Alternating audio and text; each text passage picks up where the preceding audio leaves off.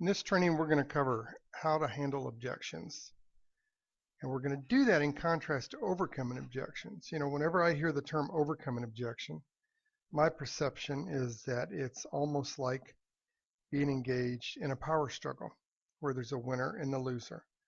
And in handling objections, there's a win-win. The prospect wins and you win. So let's talk about how we can handle objections. Now, as I mentioned when we started this, the phrase overcome an objection kind of implies an adversarial win or lose situation. So here's the question I want to ask you, and this question will illustrate the psychology behind handling an objection. Do you do better when you feel better or when you feel bad? And do you feel better when you win or when you lose? Most people answer that they do better when they feel better, and most people answer that they feel better when they win.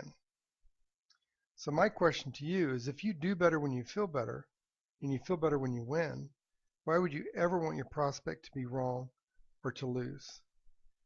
For example, feelings are neither right or wrong, they just are.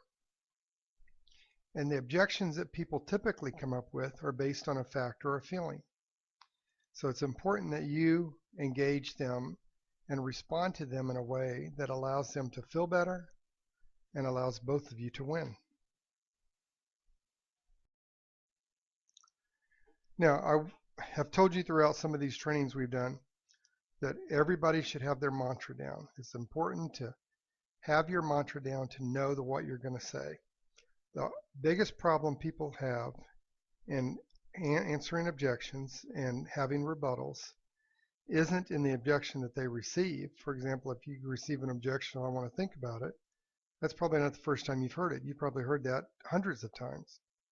The problem is those first 2 or 3 seconds when you hear an objection and in having something automatic to say. Your rebuttal should be an integrated part of your sales personality, and you should be able to respond as if it is just part of a normal conversation. So let's look at the 2 standard rebuttals that I want you to consider making an integrated part of your sales personality. Now, before we look at these 2 standard rebuttals, keep in mind that once you determine the prospect's specific objection, as we talked about in other trainings, you bring a broad objection down to a specific objection, then you have to handle the objection immediately. And the technique that I encourage you to use to do that is, number 1, you have to validate the concern. In other words, you have to make the prospect feel normal. Remember, we started this session off by saying, do you do better when you feel better or feel bad? So you have to make the prospect feel like that you see his objection as something normal. I understand how you feel. Some of my customers felt the same way the first time I talked to them. Then you have to restate or isolate that concern. So you have to restate it in a way that makes them understand what you heard and what you understand. And then you have to isolate it. This is not a contest to see who can give the best rebuttal. This is the process to help the prospect identify their dominant buying motive, uncover the reasons that your product or solution is going to help them solve their problem, and give them a reason to make that buying decision today. Remember, people buy on emotion and they move to action by logic. So you have to isolate the concern and make sure that it is a final concern before you provide a rebuttal. Otherwise, you're just going to keep getting objections. And this is not a contest to see who can come up with the best and the most rebuttals. And then you begin effective questioning. And effective questioning is effective because it leads your prospect to a logical conclusion and make a buying decision from you when?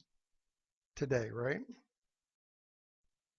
So keep in mind that the idea of answering an objection is, number 1, to provide enough information for the prospect to make that buying decision today. The idea is not to educate them or consult them. You're not an educator and you're not there to consult. You're there to help them make a purchase and make a buying decision.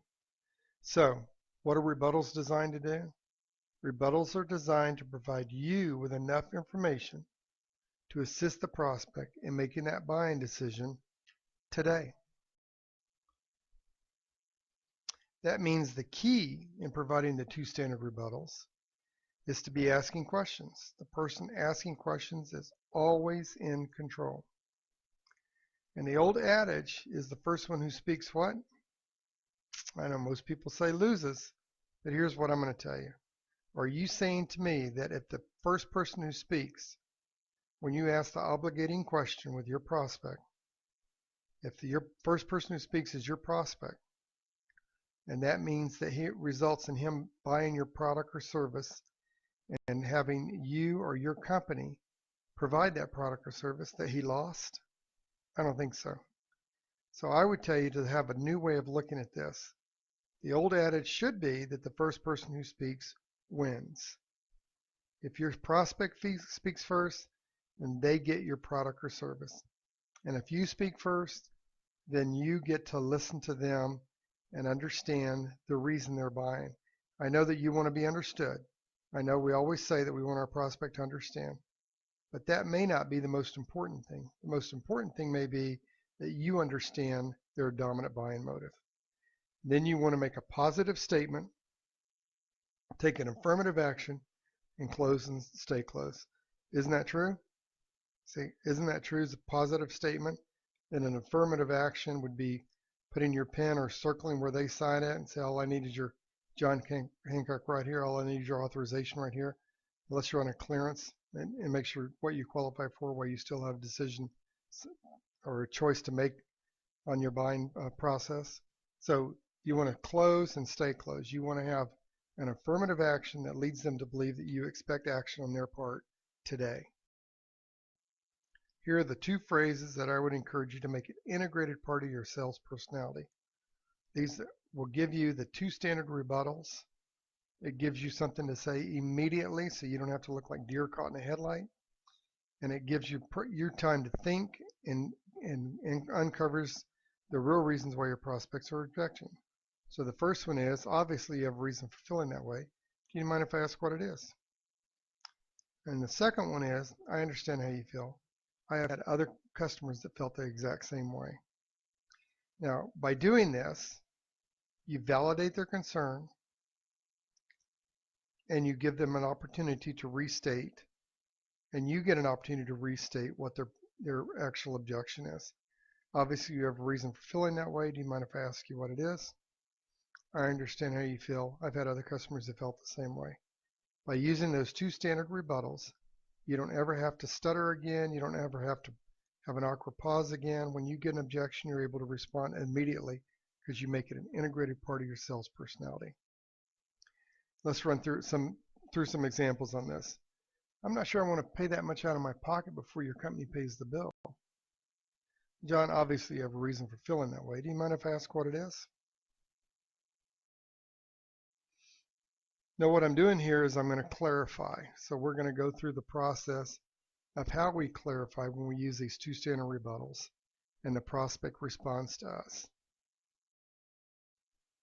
As in previous recordings, we know from experience that there's only 4 basic objections. No matter what objection you've ever received from a prospect, when you look at these 4 basic objections, I'm sure you'll find that almost every objection you've ever encountered falls in these 4 categories. No money, no need, no hurry, and no confidence.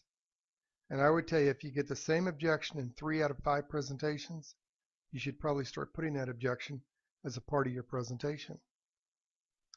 So people will object because of no money, no need, no hurry, no confidence. Those are the 4 basic objections that you will ever get. Now here's the good news. Once you understand what the 4 basic objections are, it's very easy for you to have a rebuttal prepared for each of the 4 basic objections. You should never ever be caught without having a rebuttal to an objection, again, because you already know what category they're going to fall into. So once you hear the category that the objection falls into, you should have your objection, your rebuttal down as a part of your integrated sales personality. Keep in mind, the same reasons people won't buy from you are the exact same reasons they will buy from you. So no money, no need, no hurry, no confidence means that you can provide a rebuttal that uncovers the facts that they can't afford it, helps them come to the realization that it is worth it, gets them to acknowledge that they will use it, and reinforces that you and your company are trustworthy. So the 4 categories of 4 basic objections are no money, no need, no hurry, no confidence. And the same reason they won't buy from you are the same reasons they will buy from you. They can't afford it, it is worth it, they will use it, and they do trust you. Now, how do you respond to these 4 basic categories, no money, no need, no hurry, no confidence? Well, you have to use questions. And I would tell you to use the WH questions. We're going to look at what those WH questions are now. Now, here's the exercise that I would encourage you to do is to get a pen and paper out and pause this recording and write out questions that are relevant to these WH principles. So write out a when question, that's time. Write out a where question, that refers to place. Where would you like this delivered? When were you thinking about getting the savings to start? Who refers to person. Who would make the buying decision? Who provides the authorization? Who would accept delivery? The why question, which is the reason. Obviously, you have a reason for feeling that way. Do you mind if I ask what it is? The how questions. How do you plan on addressing these cost expenses that keep going up? And what questions. What questions address the object, the idea, or the actions? What plan do you have to not have these expenses anymore?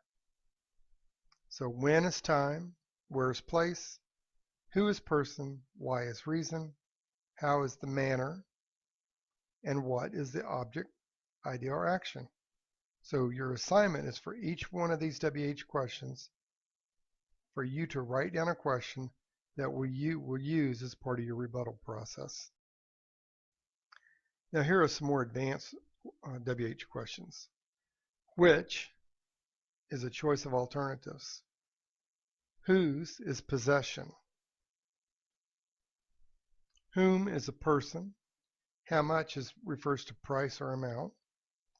How many refers to quantity. How long is the duration. How often is the frequency. And what kind of refers to the description. What kind of solutions have you sought out in the past? How often do you have to make these buying decisions? How long does it usually take for you to get approval? How many do you normally go through in a cycle? How much are you looking to spend? How much are you looking to save? So this is your assignment again. Continue the WH lesson plan here and write out questions that relate to which one, whose, whom, how much, how often, how long, what kind of, and how many. So the way you do this is you take the question, the WH question, and then you use an open-ended question.